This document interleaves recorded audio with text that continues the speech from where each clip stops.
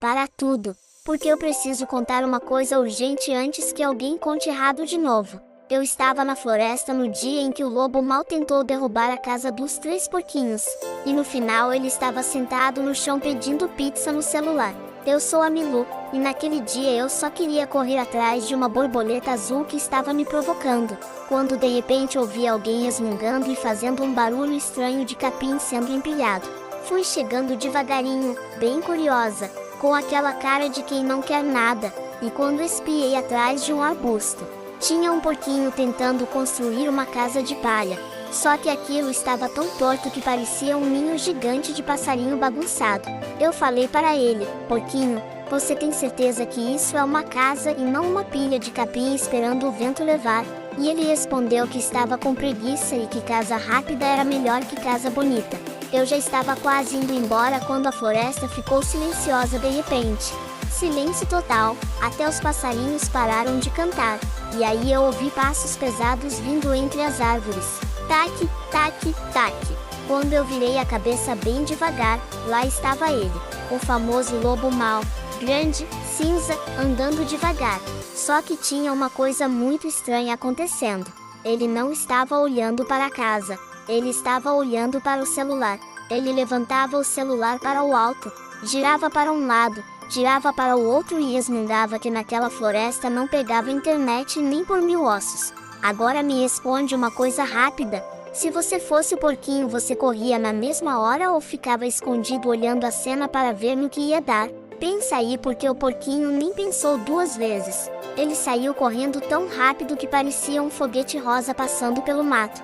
O lobo levou um susto e gritou para ele voltar porque queria perguntar uma coisa, mas quando ele soprou para chamar atenção, a casa de palha simplesmente evaporou, virou poeira, sumiu. Eu fiquei parada olhando para o lobo ficou olhando para mim, e nós dois olhamos para o lugar onde a casa estava antes. O lobo falou que aquilo não era o que ele queria fazer, e o porquinho já estava gritando lá longe que tinha perdido o imóvel. Eu comecei a correr atrás deles porque aquela história estava ficando boa demais para eu perder. Nós fomos parar na casa do segundo porquinho, que estava construindo uma casa de madeira enquanto fazia churrasco e dançava sozinho ouvindo música. O primeiro porquinho chegou gritando que o lobo tinha destruído a casa dele. O segundo porquinho derrubou a linguiça de susto. Eu tentei explicar que talvez tivesse sido um acidente. O lobo tentou explicar também, mas ninguém queria ouvir ninguém. Virou um monte de grito ao mesmo tempo. Até que o lobo, já cansado, soltou um suspiro gigante. E quando ele suspirou, a casa de madeira desmontou inteira. Plá, plá, plá, plá. As tábuas caíram para todo lado. Agora sim virou uma correria histórica. 2 porquinhos correndo em pânico. Um lobo correndo atrás tentando explicar que não era vilão coisa nenhuma. E eu correndo no meio tentando entender como uma história simples tinha virado um episódio de desastre na floresta. Depois de muita corrida chegamos na casa do terceiro porquinho. Uma casa enorme de tijolos, firme, bonita, forte e bem construída. Mas tinha um pequeno detalhe. O terceiro porquinho estava dormindo. Dormindo tão profundamente que parecia que estava hibernando para o inverno. O lobo bateu na porta. Nada. Bateu mais forte. Nada. Eu lati. Nada. O lobo tentou soprar. Nada aconteceu. Tentou soprar mais forte. Nada. Nem um tijolo mexeu. Então ele sentou no chão cansado e falou que só queria saber se alguém ali tinha Wi-Fi porque a bateria do celular dele estava acabando e ele estava tentando pedir pizza fazia meia hora.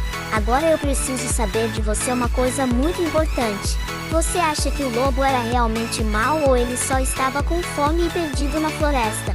Digita 1 se você acha que ele era vilão ou digita 2 se você acha que ele só queria jantar. Enquanto isso, os 3 porquinhos abriram a porta bem devagar e ficaram olhando para o lobo sentado no chão segurando o celular com 2% de bateria.